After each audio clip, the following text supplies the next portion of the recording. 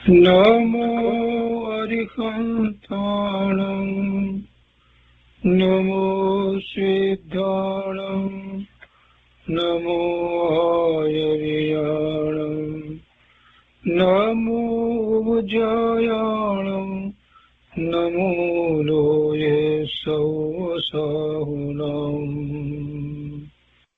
અસપંચનમોકારો સર્વપાવપનાશનો મંગલાણં ચ સૌવર્તે પરમં મંગલમ અજ્ઞાનતિમિરંધાના જ્ઞાનાંજનશલાકયા ચક્ષુન્મીલિतं येन તસ્મૈ શ્રીગુરુવે નમઃ મુખાદિવ્યાકુક્ષિરત્નં શબ્દજિતવર્યાત્મજં શ્રીરાજચन्द्रयहुं વन्दે તત્વલોચનદાયકં પ્રભુતત્વલોચનદાયકં.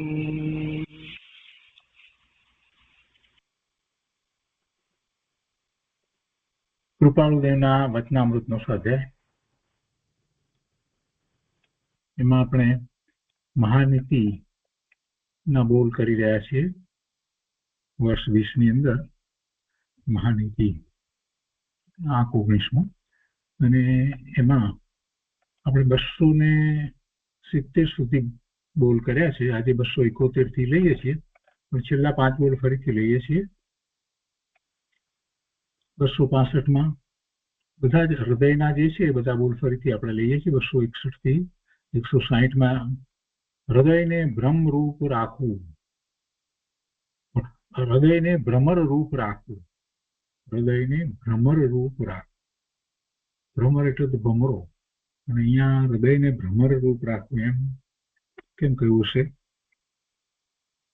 કેમ કે ભમરનો કોઈ ગુણને વિચાર કરવામાં આવ્યો છે કે બધેથી કંઈક પ્રાપ્ત કરે એ અપેક્ષાથી વાત હોય, કે શાંતિથી પછી ફૂલ ઉપર બેસી રહે અને રસને જ પ્રાપ્ત કરે એવી અપેક્ષા હોય. જે છે તે રસને જ પ્રાપ્ત કરે, એટલે સારી વસ્તુને પ્રાપ્ત કરે એ અપેક્ષા. હૃદયને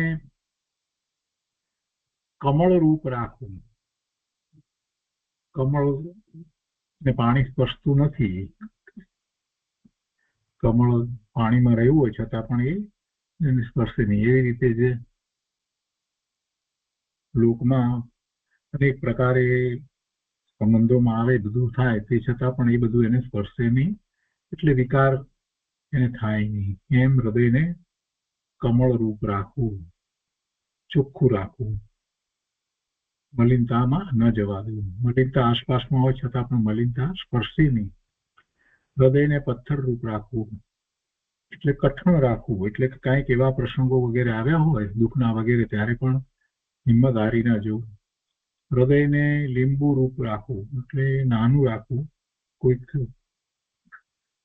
એટલે લઘુતાની અપેક્ષાથી વાત લીધી છે, અભિમાન વગેરે ન કરવું. હૃદયને જળ રૂપ રાખવું એટલે સ્વચ્છ રાખવું, જળ રૂપ. અને જળનો એક બીજો ગુણ આપણે સામાન્ય રીતે કે જળ એટલે શીતળતા એનો ગુણ છે, તો શીતળ રાખવું એટલે શાંત રાખવું. હૃદયને તેલ રૂપ રાખવું એટલે ચોખ્ખું, તેલની ધાર ચોખ્ખી પડે એવી રીતે ચોખ્ખું રાખવું. જે વાત હોય તે ચોખ્ખી કરવું. હૃદયને અગ્નિ રૂપ રાખવું. અગ્નિ જે છે તે બધું બાળી નાખે, એટલે કે જે કષાયો વગેરે જે છે, એવા વિકારી ભાવો વગેરે જે છે એ હૃદયમાં રાખવું નહીં, પણ એને બાળી નાખવું. હૃદયને આદર્શ રૂપ રાખવું. હૃદયને સમુદ્ર રૂપ રાખવું, વિશાળતા. બીજા જે કહે છે એને પણ સાંભળવાની અને સમજવાની વગેરે રીતે વિશાળતા રાખવું.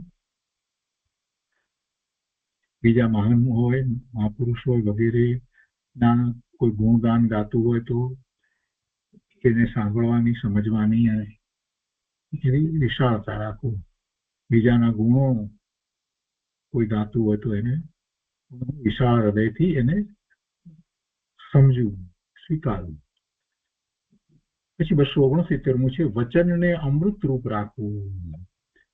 વચન એવા બોલું કે જેથી કરી અને સામી વ્યક્તિને એ ગમે અને એ સત્ય વચન હોય. અમૃત રૂપ છે ને એટલે સત્ય પણ હોય અને બીજાને ગમે એવું પણ હોય.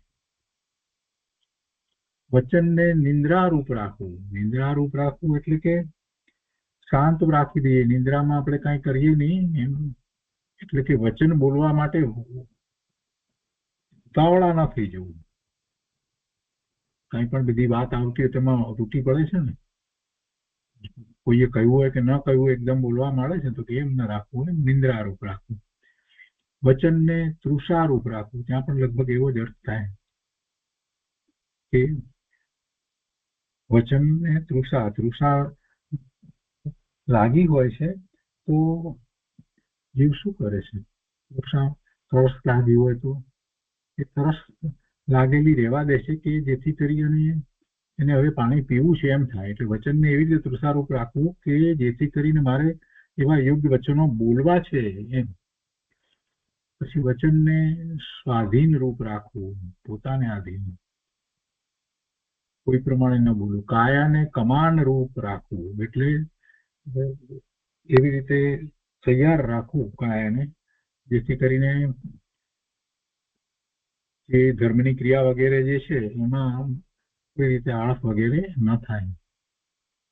કાયાને ચંચળ રૂપ રાખવું. અહીંયા ચંચળ રૂપ રાખવું એટલે મનના ચંચળ જેવી વાત નથી કરવાની. કાયાને ચંચળ રાખવું એટલે એકદમ જાગૃત રાખવું. જરા બાબત માટે પણ એવી રીતે હોય કે ચંચળ રૂપ રાખવું. રાત્રે ઊંઘી જાય તો એકદમ નસકોરા બોલાવે ને, કોઈ જગાડે તો પણ ન જાગે ને એવું ન હોય. ચંચળ રૂપ રાખવું. સહેજ પણ કંઈ પણ હોય તો તરત જ એવી રીતે કાયાને ચંચળ રૂપ રાખવું. એટલું એવી પ્રમાદ રૂપ આળસ રૂપ એમ ન રાખવું.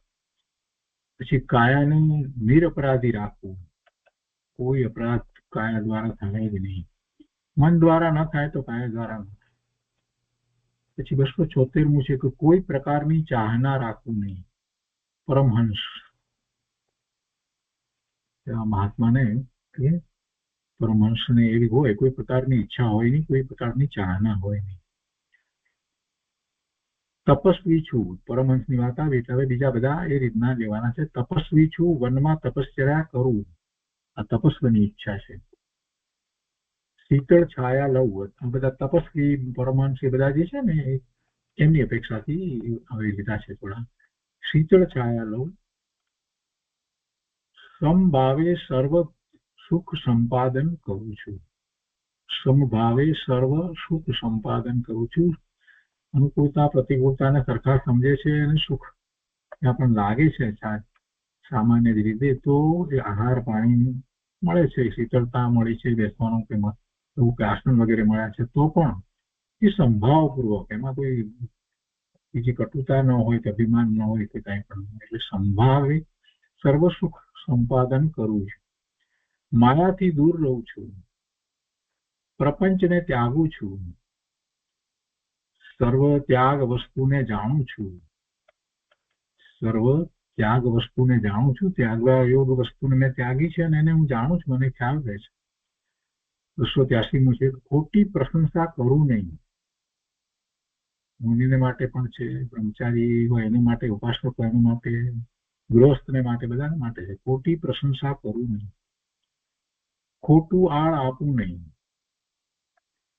ખોટું આળ આપવું નહીં, કોઈની પર ખોટું ચડાવવું નહીં.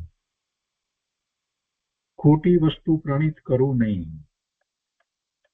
ખોટી વસ્તુ પ્રણિત કરવું નહીં, એને પ્રતિપાદન ન કરવું અને એવી સલાહ ના આપવું. કુટુંબ ક્લેશ કરવું નહીં. ગૃહસ્થ માટે અને ઉપાસક માટે અભ્યાખ્યાન ધારવું નહીં. એટલે બીજાનું ખોટું બોલવું જે હું કરવું નહીં. એટલે આળ ચડાવવું, બીજા ઉપર આળ ચડાવવું વગેરે એવું હું કરવું નહીં. અભ્યાખ્યાન ધારવું નહીં. 18 પાપસ્થાનકમાં પણ આવે છે. 13મો બોલ છે કે પિશુન થવું નહીં. એટલે પૈશુન્ય એના ઉપરથી પિશુન થવું નહીં. એટલે ચાડી ચુગલી કરવું નહીં. પિશુન ચાડી ચુગલી કરવી. અસત્યથી રાચું નહીં, ખડખડ હસવું નહીં. સ્ત્રીને માટે લીધું છે, કેમ કે સ્ત્રીને અમુક પ્રકારે અમુક રીતે જે એનું બિહેવિયર હોય એ જ શોભે. સામાન્ય રીતે જે સારા ઘરની સ્ત્રીઓ છે એનું બોલવું ચાલવું વ્યવહાર તે બધું અમુક રીતે એવું હોય. ખડખડ હસવું નહીં. અને આ સ્ત્રીની લીધી છે વાત, સ્ત્રી વિશેની કેટલીક વાતો અહીંયા લીધી છે. કારણ વિના મોં મલકાવવું નહીં, કોઈ વેળા હસવું નહીં, મનના આનંદ કરતા આત્મા આનંદને ચાહવું. મનના આનંદ કરતા આત્મ આનંદને ચાહવું. સર્વને યથાતથ્ય માન આપવું. ગૃહસ્થ માટે છે. સર્વને યથાતથ્ય માન આપવું, જેવું જેવા જે છે તે પ્રમાણે તેને માન આપવું. સ્થિતિનો ગર્વ કરવું નહીં. ગૃહસ્થને માટે અને મુનિને માટે બંનેને માટે વાત છે. પોતાની જે સ્થિતિ હોય એવી કઈ કોઈ પણ રીતે ઉપદ વગેરે હોય કે બધા માન આપતા હોય તો અભિમાન ન કરે. સ્થિતિનો ગર્વ કરવું નહીં. અને એવી જ રીતે સ્થિતિનો ખેદ કરવું નહીં. કારણ કે એવી દશા હોય તો એમાં ખેદ પણ ના કરવું. કોઈ બોલાવતા ન હોય એવું કંઈક હોય તો, માન ના આપતા હોય તો એ માટે ખેદ પણ કરવું નહીં. ખોટો ઉદ્યમ કરવું નહીં, અનઉદ્યમી રહેવું નહીં. ખોટો ઉદ્યમ કરવું નહીં અને ઉદ્યમ કર્યા વગર ના રહેવું. એટલે સાચો ઉદ્યમ કરવું, એમાં અનઉદ્યમી રહેવું નહીં. ઉદ્યમ કરવું પણ સાચું. ખોટી સલાહ આપવું નહીં. દોસ્તને માટે છે, બધાને માટે છે. પાપી સલાહ આપવું નહીં, ન્યાય વિરુદ્ધ કૃત્ય કરવું નહીં, ખોટી આશા કોઈને આપવું નહીં. બધા માટે લીધું છે. ગૃહસ્થ માટે, એવા મુમુક્ષુ, મુનિ માટે, બ્રહ્મચારી, ઉપાસક, બધા માટે. અસત્ય વચન આપવું નહીં, સત્ય વચન ભંગ કરવું નહીં, 5 સમિતિને ધારણ કરવું. મુનિ માટે કહ્યું છે. પણ જે સમ્યક્તોનો પુરુષાર્થ કરી રહ્યા છે એને પણ એ મુનિની 5 સમિતિને સમજી અને પોતાને યોગ્ય જે રીતે થઈ શકે એવું સમિતિપૂર્વકનું જીવન જીવવું એ એક આચાર છે. વિશિષ્ટ પ્રકારનો આચાર છે. આપણે પણ જોઈને ચાલીએ, ધ્યાન રાખ્યા વગર થોડા ચાલીએ. બોલીએ ત્યારે પણ ધ્યાન રાખ્યા વગર નહીં. વસ્તુ લઈએ મૂકીએ ત્યારે પણ ધ્યાન રાખીએ કોઈ જીવની હિંસા ન થાય. આ બધી વસ્તુ આપણે માટે પણ એટલી જ મહત્વની છે. તે પછી 306 અવિનયથી બેસવું નહીં. વિનયપૂર્વક બેસવાનું. ગમે તેમ બેસીએ એમ નહીં. અને જ્યાં જે રીતે જઈએ છીએ ત્યાં કોઈ એવા સભામાં જઈએ છીએ તો ત્યાં શિસ્તપૂર્વક બેસવું જોઈએ. અને એમાં ગુરુ વગેરેની સામે બેસવાનું થયું હોય ત્યારે ખૂબ વિનયથી બેસવું જોઈએ. ઉઠતા બેસતા પણ ખૂબ ધ્યાન રાખવાનું હોય. મંદિરમાં જઈએ ત્યારે પણ. ખોટા મંડળમાં જવું નહીં. દોસ્ત અને મુનિ બંને માટે છે. મુમુક્ષુ કદાચ તો ખોટા મંડળમાં જવું નહીં. વેશ્યા સામી દ્રષ્ટિ કરવું નહીં. એના વચન શ્રવણ કરવું નહીં. વેશ્યાના વચન સાંભળવું નહીં. વાજિંત્ર સાંભળવું નહીં ત્યાં. એટલે પછી છે વિવાહ વિધિ પૂછવું નહીં. વિવાહ વિધિને વખાણવું નહીં. એને વખાણવું નહીં એટલે વિવાહ વિધિને વખાણવું નહીં. સામાન્ય રીતે બ્રહ્મચારી જે હોય, સાધક હોય છે, એ બધા લગ્ન પ્રસંગ વગેરેમાં નથી જતા હોતા ને, એમાં કોઈ રસ લેતા નથી હોતા અને એમ જ રહે છે.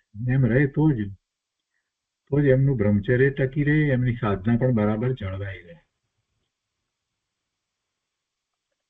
એ પછી 313 છે મનોરમ્યમાં મોહ માનવું નહીં. મનને ગમે એમાં મોહમાં પડી ન જવું. કર્માધર્મી કરવું નહીં. કર્મ પ્રમાણે ધર્મ કરવું એમ ન હોય. એટલે જે કર્મના ઉદય હોય એમાં ધર્મ માને એવું મિથ્યાત્વ.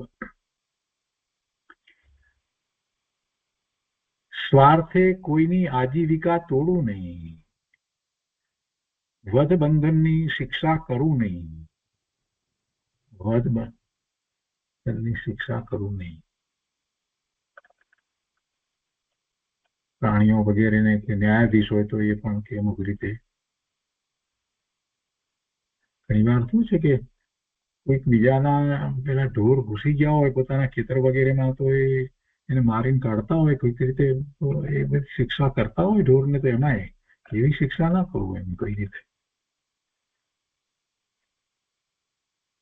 317 ભય વાત્સલ્યથી રાજ ચલાવવું ભય અને વાત્સલ્યથી રાજ ચલાવવું એટલે ભય તો શેનો મને પાપનો ભય રાખવો એમ કોઈ રીતે પાપમાં ન પડવું એવી રીતે અને વાત્સલ્યથી બધા પ્રત્યે સ્નેહપૂર્વક દ્રષ્ટિ રાખીને રાજ ચલાવવું નિયમ વગર વિહાર કરવું નહીં મુનિને માટે છે વિહાર કરવું તો નિયમપૂર્વક કરવું સમિતિપૂર્વક કરવું અને સમય પ્રમાણે કરવું વિષયની સ્મૃતિએ ધ્યાન ધર્યા વિના રહવું નહીં વિષય યાદ આવે ઇન્દ્રિયના વિષય વગેરે તેવું આવે તો તરત જ એને છોડી અને સ્વરૂપનું લક્ષ્ય કરી અને ધ્યાનનો પુરુષાર્થ કરી ધ્યાન ધર્યા વિના રહવું નહીં હું તો ગૃહસ્થ બ્રહ્મચારી ઉપાસક બધાને માટે આ બધી વાતો છે વિષયની વિસ્મૃતિ જ કરું વિષયની તો વિસ્મૃતિ જ કરું પણ છતાં એ આવ્યું તરત જ તો પછી હું સ્વરૂપનું લક્ષ્ય કરીને ધ્યાનનો પ્રયોગ પુરુષાર્થ કરું જેથી કરીને પેલું ઊભું જ ના રહે વિષયની વાત ઊભી ના રહે સર્વ પ્રકારની નીતિ શીખવું એ પણ બધા માટે છે ભય ભાષા ભાખવું નહીં મારી ભાષા એવી હોય નહીં કે જેથી બીજાને ભય થાય અપશબ્દ બોલવું નહીં કોઈને શીખવાડવું નહીં એટલે કે અપશબ્દ બોલતા કોઈને શીખવાડવું નહીં અસત્ય મર્મ ભાષા ભાખવું નહીં સત્ય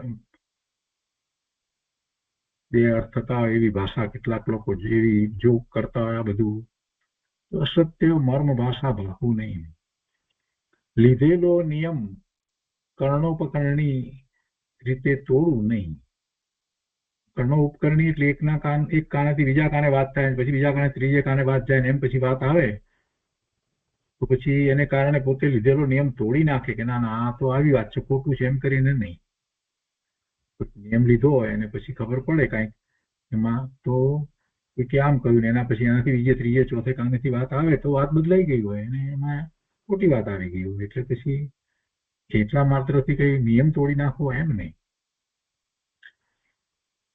પૂંઠ ચૌર્ય કરવું નહીં કોઈની પૂંઠ પાછળ ચોરી કરવું નહીં એ જગ્યાએ નોકરી ધંધા કરતા હોય તો પેલો શેઠ ચાલ્યો જાય પછીથી કોઈ ચોરી ન કરવું કામની ચોરી પણ ના કરવું અને ધનની ચોરી પણ ના કરવું અતિથિનો તિરસ્કાર કરવું નહીં ગુપ્ત વાત પ્રસિદ્ધ કરવું નહીં કોઈની પણ ગુપ્ત વાત હું શા માટે પ્રસિદ્ધ કરું પ્રસિદ્ધ કરવા યોગ્ય ગુપ્ત રાખવું નહીં એટલે કોઈ પાપની આતે એવી કોઈ મોટી કોઈ હિંસા થવાની કે એવી કોઈકની વાત હોય તો ડરના મારે હું એને ગુપ્ત રાખું એમ ના કરું એને પ્રસિદ્ધ કરું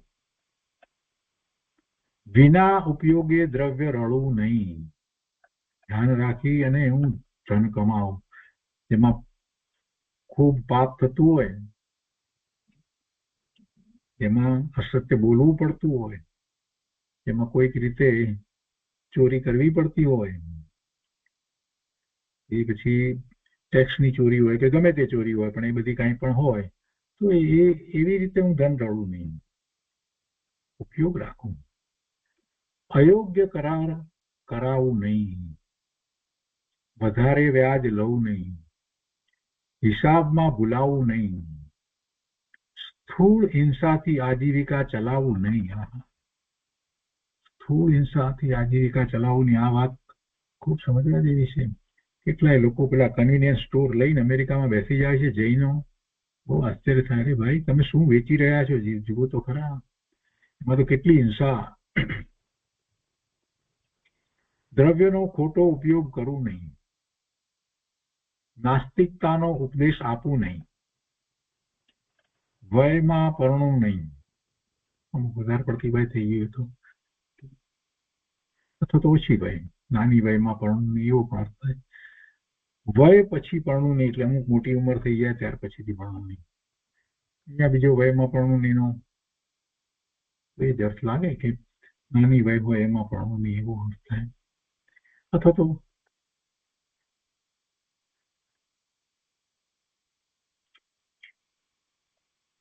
એ વધારે બેસે છે વયમાં પરણું નહીં માટે. પણ વય પછી પરણું નહીં એટલે ઉંમર ચાલી ગઈ, મોટી ઉંમર થઈ ગઈ ત્યાર પછી પરણું નહીં.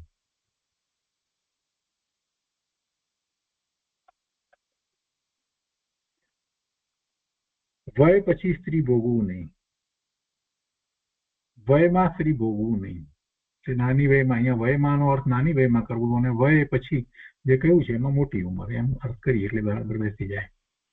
કુમાર પત્નીને બોલાવવું નહીં. પહેલાના વખતમાં નાની ઉંમરમાં સગાઈ કરી નાખે, પછી લગ્ન પણ કરી નાખતા, બાળ લગ્ન બહુ થતા, એટલે એ બધું હિસાબથી વાત છે. એમાં છોકરી અને છોકરા વચ્ચેનો ઉંમરનો તફાવત ઘણો હોય, 5-7 વર્ષનો તફાવત હોય, એટલે આ તો થઈ ગયો હોય, 15-17 વર્ષનો થઈ ગયો હોય, 18 વર્ષનો થઈ ગયો હોય, પેલી છોકરી તો હજી માંડ 12-13 વર્ષની જ હોય એમ. એટલે એ રીતે વાત છે. પરણીય પર એટલે કુમાર પત્નીને બોલાવવું નહીં, પરણીય પર અભાવ લાવવું નહીં, જેમ સાથે લગ્ન કર્યા એના તરફ અભાવ નહીં. વૈરાગી અભાવ ગણવું નહીં.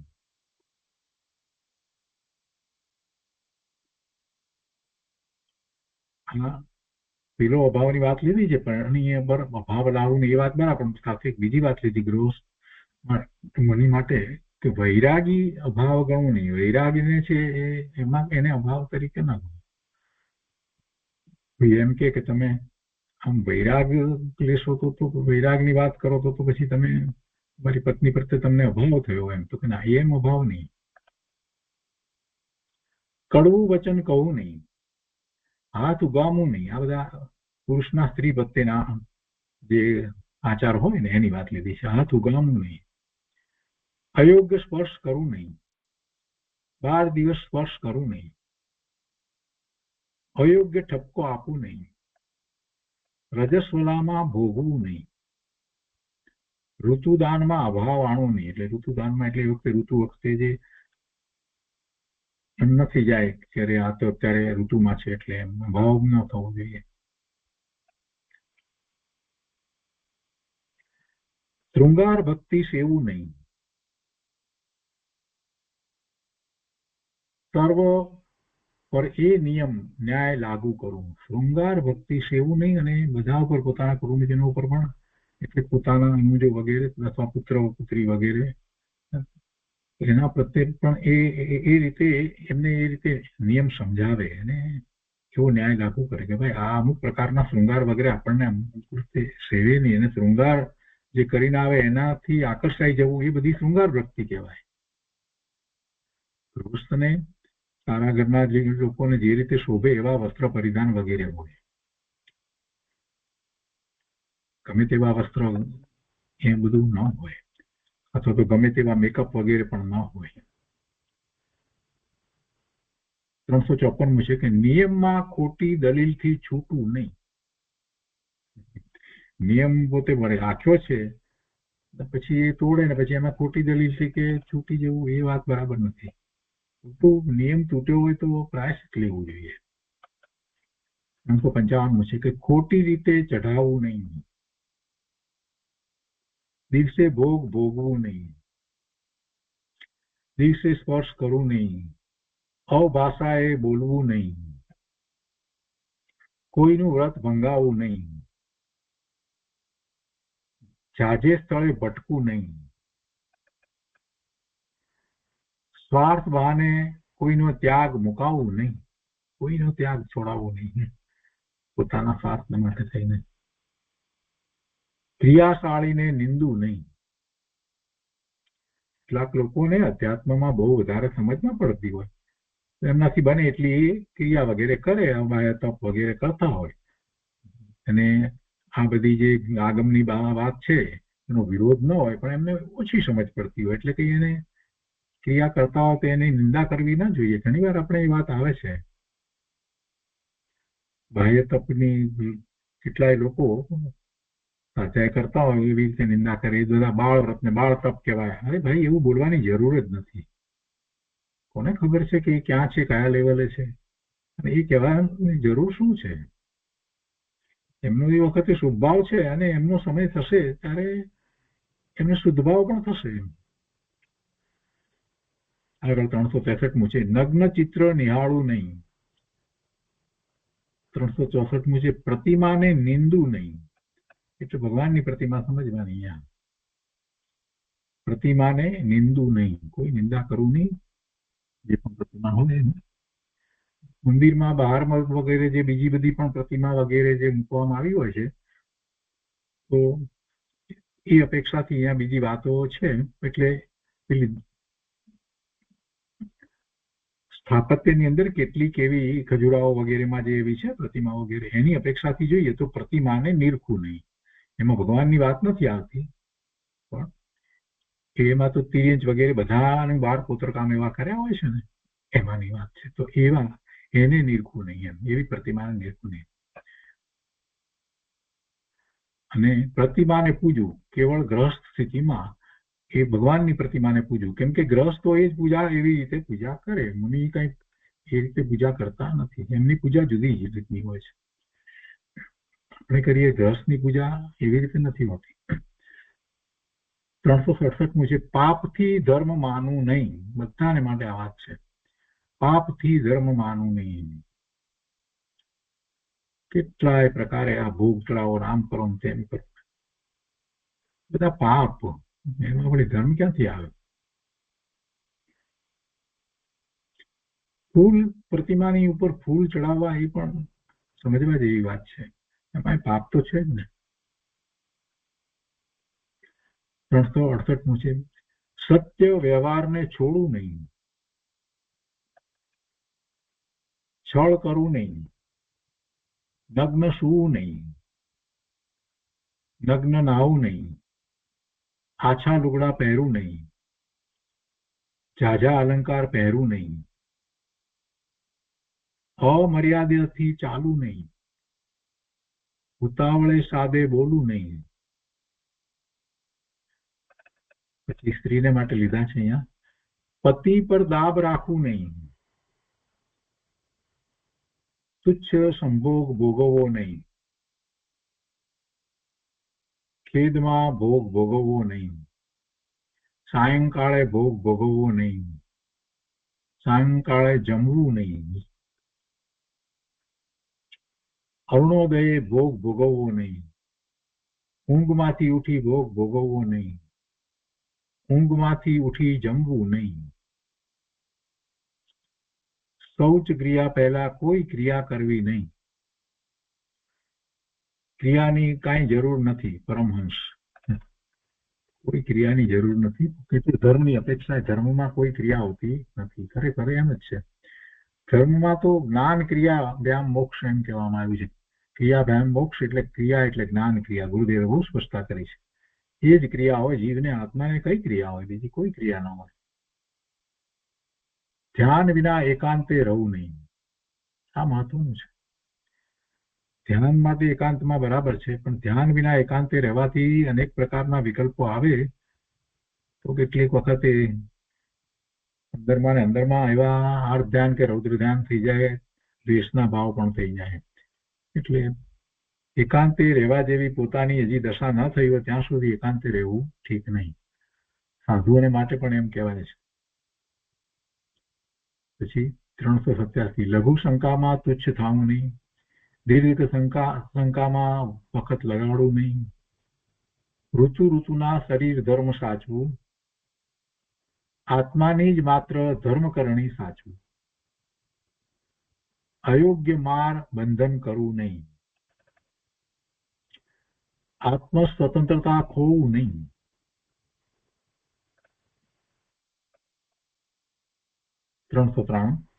બંધનમાં પડ્યા પહેલા વિચાર કરવું. બંધનમાં પડ્યા પહેલા વિચાર કરવું એટલે કોઈ પણ પ્રકારના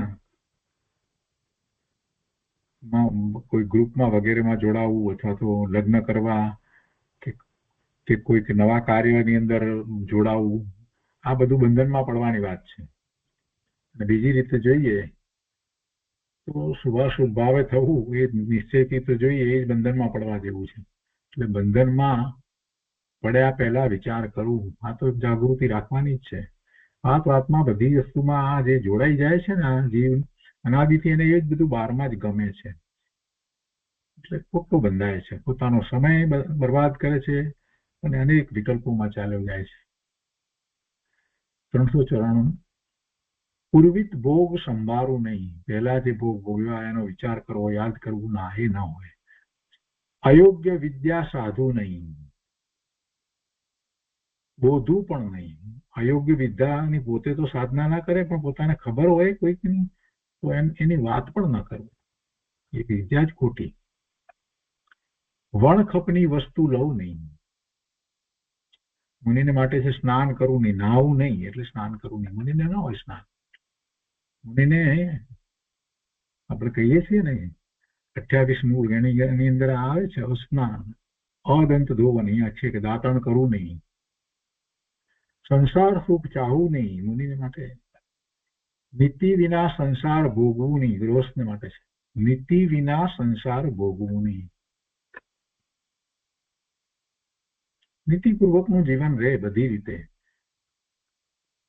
કામ ધંધા વગેરેમાં, બીજા સાથેના વ્યવહારમાં, ધર્મમાં, બધામાં નીતિ. એવું નથી કે કામ ધંધામાં તો પછી નીતિ રાખવા બેસીએ તો કમાઈએ જ નહીં, એવો વિકલ્પ મનમાં રાખવો નહીં. કઈ કમાવા વગેરેની વાત જે છે ને એ બધી સાવ ભાગ્યાત ખોટી વાત છે. કોણ કમાય? પોતાના પુણ્ય છે તો પુણ્યના ઉદય કરી અને એને લક્ષ્મી, સંપત્તિ અને બીજા પદાર્થો વગેરે જે છે એના સંયોગો પ્રાપ્ત થાય.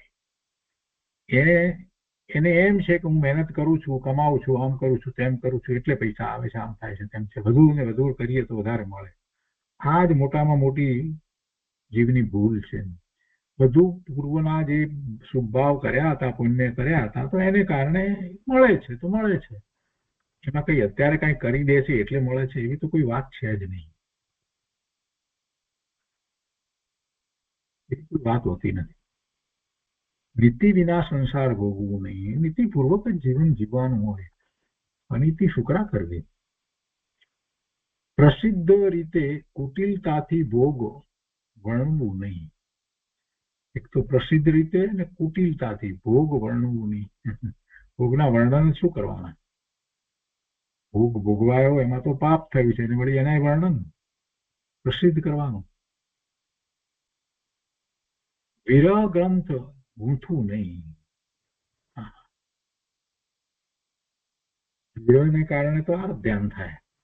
વિરહ જયારે લાગે ત્યારે જ આર ધ્યાન થાય ને. આપણે ખરેખર તો જયારે જગતના સ્વરૂપને સમજી લીધું હોય, જગત પોતે પોતાની રીતે જેમ છે તેમ વ્યવસ્થિત જ છે એવી જેને બહુ માન્યતા બરાબર પાકી થઈ ગઈ હોય, જ્ઞાનપૂર્વકનો વૈરાગી ભાવ હોય, એને સંયોગ અને વિયોગને કારણે કઈ અસર થતી નથી. અને એમાંય કોઈના વિરહ પડ્યા અને એમાંય પોતાના સ્વજન વગેરે જે છે અથવા તો એને કઈ વિરહ ને એના વિરહની રચના અને વિરહના કાવ્યો ને આ બધું પણ ચાલતું હોય છે ને. બધા વિરહને લીધે સુકાઈ જાય તો કે વિરહ ગ્રંથ ગૂંથવું નહીં, કેમ કે એમાં તો આર્થ ધ્યાનનો ભાવ છે. અયોગ્ય ઉપમા આપવું નહીં, સ્વાર્થ માટે ક્રોધ કરવું નહીં, વાદ યશ પ્રાપ્ત કરવું નહીં. હા, વાદ વિવાદ કરી અને યશ પ્રાપ્ત કરવું, વાદ યશ પ્રાપ્ત કરવું નહીં. અપવાદથી ખેદ કરવું નહીં. કોઈક વસ્તુમાં અપવાદ હોય તો એને લીધે થઈને ખેદ ન કરવું. જગત વ્યવસ્થિત છે, અમુક જગ્યાએ કોઈક રીતે આમ ચાલી રહ્યું છે ને એમાં કેટલીક જગ્યાએ અપવાદ પણ હોય છે, બસ આટલી વાત. ધર્મ દ્રવ્યનો ઉપયોગ કરી શકવું નહીં. ધર્મ દ્રવ્ય એટલે કે જે સંસ્થાઓ વગેરેમાં, ધાર્મિક સંસ્થા વગેરેમાં જે દ્રવ્ય હોય છે એવા દ્રવ્યનો ઉપયોગ કરી શકું નહીં, અથવા તો બીજાએ કોઈએ મને આપ્યું હોય કે ધર્મ કરવા માટે તો એવા ધર્મ દ્રવ્યનો ઉપયોગ કરી શકું નહીં. અથવા તો મેં જ નિયમપૂર્વક કાઢ્યું હોય કે ભાઈ આટલું છે મારે કે 2% કે 5% કે જે દ્રવ્ય મેં આ ધર્માદા માટે કાઢેલું છે, અથવા તો મારા કુટુંબમાંથી મારા પિતાશ્રીએ કહ્યું હોય કે બીજાએ કહ્યું છે કે ભાઈ આટલું આમ કરજો દાનમાં, એ બધું ધર્મ દ્રવ્ય કહેવાય, એનો ઉપયોગ ન કરાય.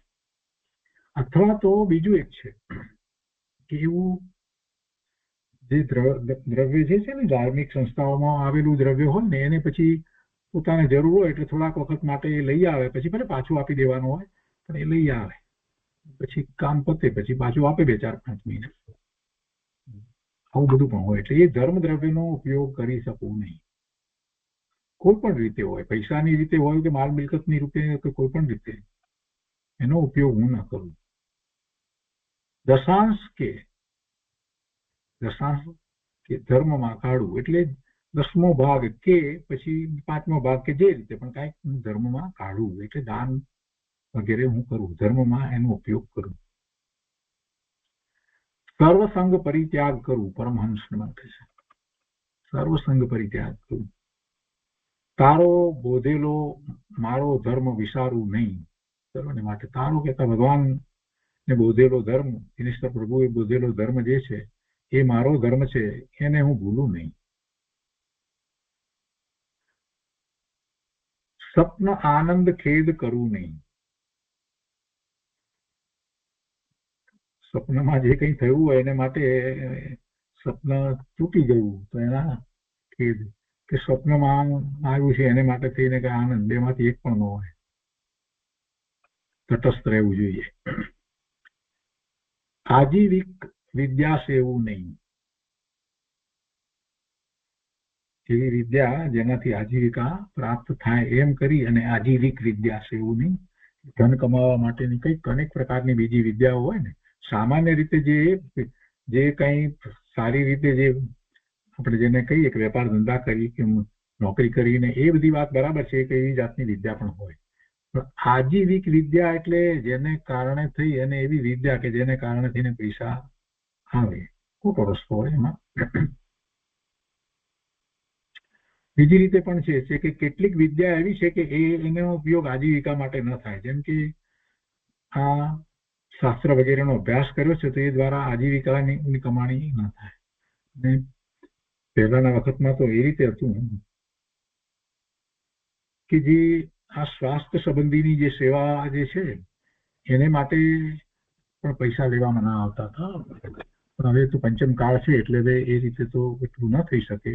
મને બરાબર યાદ છે કે મારો જે પહેલો દિવસ હતો શરૂઆત કરવાનો, એટલે મારા પિતાશ્રીએ પહેલું જ એ કહ્યું હતું કે ભાઈ ખરેખર તો આ વ્યવસાય દ્વારા આપણે આપણી આજીવિકા કમાઈએ એવું ન હોય, કેમ કે આ તો બીજાને સાતા શાંતિ પહોંચે એ માટેની આ વિદ્યા છે, આ મેડિકલની વિદ્યા છે ને એના દ્વારા આપણે આજીવિકા લઈએ છીએ કેમ કે આ કાળ એવો છે એટલે. બાકી પહેલાના વખતની અંદર તો એ જે લોકો આ વિદ્યા જાણતા હતા એ જડીબુટ્ટી વગેરે ને એ બધા, તો એ લોકો એને માટે કોઈ પૈસા લેતા ન હતા. લોકો ને સાતા પહોંચે, જીવ બચે એ બધા માટે જે કંઈ કરતા હતા એ વૈદ્યરાજ બધા, તો એને માટે કોઈ પૈસા લેતા ન હતા. પણ એ બધા વૈદ્યરાજો બધા એવા હોય કે જેને બીજાઓ આમ બીજી રીતે મદદ આપતા, એવું પણ કંઈ એની આજીવિકા માટે એ વિદ્યાનો ઉપયોગ નહોતા કરતા. આ વાત મને મારા પહેલા દિવસે જીવનમાં જ્યારે મેં શરૂઆત કરી, પાણપુરા હોસ્પિટલની અંદર પહેલો દિવસ હતો, બરાબર હજી યાદ છે, દશેરાનો દિવસ હતો ને શરૂઆત કરી ત્યારે પહેલી વાત મારા પિતાશ્રીએ આ કહી હતી કે ભાઈ આપણે એટલે એના ઉપરથી આપણે એટલું ધ્યાન રાખવું કે અત્યારે આ કાળ એવો આવ્યો છે તો આપણે એમાંથી જે આજીવિકા પગાર મળે છે લઈએ છીએ, પણ એ સિવાય જીવનમાં સંતોષ રાખવો અને ક્યાંય કોઈનો એક પૈસો પણ ખોટો ન લેવો, એ પૈસા જતા કરવા. આ વાત મને જીવન પર્યંત યાદ રહી. આજીવિકા માટે આ અમુક વિદ્યા નથી હોતી. મેડિકલની વિદ્યા જે છે પણ ખરેખર જોવા જઈએ એ શાસ્ત્ર જે છે એનો ઉપયોગ આજીવિકા માટે ન થાય. એવી જ રીતે આ ધર્મના શાસ્ત્ર વગેરે જે છે એ વિદ્યા એ ભણાવીને પણ આજીવિકા ન લેવાય. અને એવું જ હતું પહેલાના વખતમાં, કોઈ એના માટે થઈ એને પૈસા લેતા હતા એવું હતું જ નહીં. આ બધી વાતને શાંતિથી વિચારવાની જરૂર છે. ને એના ઉપરથી અત્યારે કાળ એવો આવ્યો પણ તોય નીતિ નિયમ રાખીને જરાક પણ એમાં ચડીએ નહીં, ચડી ન જવું. આપણને કોઈક વાત સરસ આવડે છે, આ વિદ્યા આવડી ગઈ છે એટલે આપણે બેફામ પછી પૈસા લઈએ, આ તે વાત બરાબર નથી, ઠીક નથી થઈ રહ્યું. અત્યારે બધું કાળ બદલાઈ ગયો છે એટલે આમ જ હોય. આવી વાત કરી એટલે શું આપણે આપણો ધર્મ, આપણી નીતિ બધું છોડી દેવાનું? ઘણી વાર ઘણા લોકો આવી દલીલ કરે. હું હંમેશા કહું કે ના, હું મારા નીતિ નિયમ ધર્મને કંઈ છોડતો નથી. તમારે જેમ કરવું હોય તેમ કરો. વધારે પૈસા લો, આમ કરો, તેમ કરો. હું કહું ના, હું નથી લેતો તો નહીં જ લો. જે જગ્યાએ જે સમયે જે મારો સમય છે એ પ્રમાણે મારે જે કામ કરવાનું છે એ પ્રમાણે જ હું કામ કરીશ. કોઈ પૈસાથી વચમાં કોઈ કામ એવી વાત જ નથી. આ બધું જીવનની અંદર બહુ મહત્વનું છે. એવી જ રીતે ધંધાની અંદર પણ એવું જ છે. ના, હું અનીતિપૂર્વક કાંઈ નહીં લઉં. અને કૃપાળુદેવના પ્રસંગો આપણે એટલા જાણીએ છીએ કે કૃપાળુદેવ વેપાર ધંધો કરતા હતા તો પણ કેટલો નીતિપૂર્વક, અરે પેલો કરાર થયેલો, લેખિત કરાર થયેલો હતો અને એમાં તો એમને કેટલો બધો ફાયદો થવાનો હતો. એમાં તો કઈ અનીતિ આપણને લાગે કે શું અનીતિ છે, એ તો કરાર કર્યો છે ને એ ભાવથી પેલા એને કૃપાળુદેવને માલ આપવો પડે. કૃપાળુ ત્યાં માલના ભાવ વધી ગયા એટલે કૃપાળુદેવને ખ્યાલ આવ્યો કે આ બિચારો એ ભાવથી દાબીને મને આપશે તો ખોટમાં જશે. એટલે પેલો માણસ જે એ આવે છે ત્યારે કૃપાળુદેવ તો તૈયાર રાખીને જ બેઠા હતા કે જુઓ તમે આવ્યા છો ને તો આજ આપણો કરાર છે એ જ ને આ ફાડી નાખ્યો. એની સામે રાજચંદ્ર કોઈનું લોહી નથી પીતો એમ બોલ્યા. રાયચંદ કોઈનું લોહી નથી પીતો. પેલાને તો એમ હતું કે મારે કેટલી બધી વિનંતી કરવી પડશે, આજીજી કરવી પડશે, ત્યારે એ કંઈક કરશે અથવા તો આ મને કંઈક ભાવ વધારી આપશે કે કંઈક કરે જેથી કરીને તો કે હું તો ખલાસ થઈ જાઉં. એવી દશા થઈ ગઈ હતી. આ નીતિ છે. સામી વ્યક્તિનું લોહી પીએ, સામી વ્યક્તિનો વિચાર ના કરીએ, એની સ્થિતિનો વિચાર ના કરીએ, બસ આપણે કમાઈએ કેમ કે આપણને આ વિદ્યા આવડી ગઈ છે. અરે લોકો કેવી દલીલ કરે છે કે અમે આટલા પૈસા ખર્ચ્યા થશે શું કરવાના, આટલી બધી મહેનત કરી છે તો પછી કમાઈએ તો ખરા ને. અરે મૂર્ખ છો પ્રભુ, કમાવાની આવી ક્યાં વાત કરે છે? તારા પુણ્ય પ્રમાણે તને જે મળવાનું છે તે મળી જશે. શું એવા વિકલ્પો છોડ, છોકરા પાપમાં પડે છે.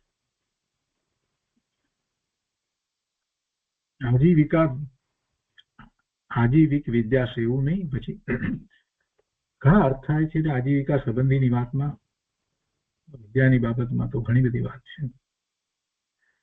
હવે કહે છે કે તપને વેચવું નહીં. જો એવી વાત છે ને જેવી તપ કરી અને પૈસા કમાવા કે કાંઈ કરવું કે પુરસ્કાર પ્રાપ્ત કરીએ કે તપને વેચવું નહીં. નથી લેતા જે તપ કરે કાંઈ, કોઈ દિવસ ક્યારેય કાંઈ નથી લે. 2 વખતથી વધારે જમવું નહીં.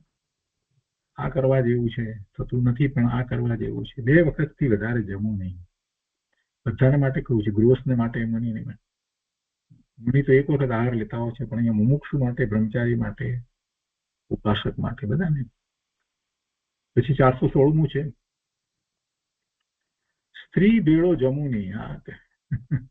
વર્તમાનમાં આવું બધું કંઈક ચાલી રહ્યું છે, પતિ પત્ની ભેગા જમવા બેસે. આ 417મું છે, કોઈ સાથે જમવું નહીં. સાથે એટલે એક થાળીમાં.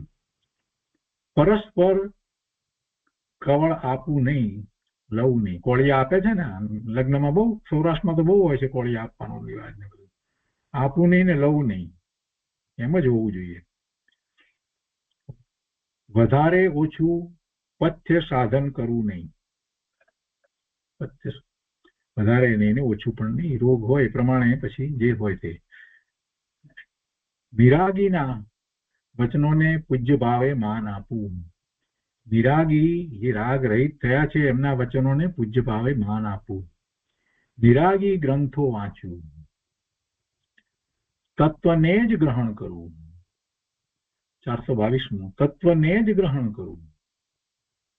વાત બીજી પણ આવતી હોય, પ્રથમાનુયોગના ગ્રંથની અંદર બીજી પણ સાથે વાત હોય, વાર્તા બધી હોય, તો લોકો એ વાર્તાને જ પકડે ને અંદર તત્વની વાત થોડી બીજી આપી હોય ને એ તો ભૂલી જાય. અહીંયા કહે છે કે ભાઈ તમે શાસ્ત્ર વાંચો છો ને એની સાથે એવા ગ્રંથ પણ આવે, પ્રથમાનુયોગના ગ્રંથ વગેરે પણ હોય, પણ તત્વને જ ગ્રહણ કરવું.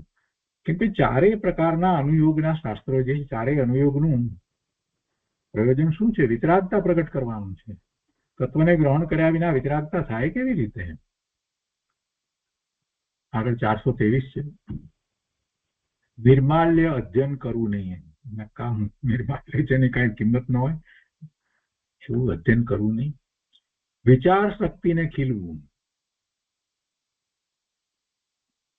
આ નિર્માલ્ય અધ્યયનની વાતમાં તો એવું છે કે અમુક પેલી એવી સ્ટોરી આવે ને જે ડિટેક્ટિવ સ્ટોરી એની બુક બહુ આવતી પહેલા, હજી આવે છે, તો એ વાંચ્યા કરે, છોકરાઓ વાંચે સ્કૂલમાં કોલેજમાં બધામાં, જેમ્સ બોન્ડ ને આ તે ને. 424 છે, વિચાર શક્તિને ખીલવું. 425 છે, જ્ઞાન વિના તારો ધર્મ અંગીકૃત કરવું નહીં.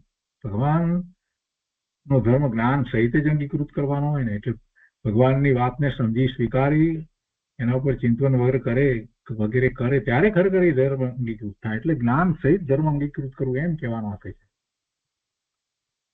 અહીંયા નાસ્તિપૂર્વક કથન તો એમ કર્યું છે કે જ્ઞાન વિના તારો ધર્મ અંગીકૃત કરવું નહીં.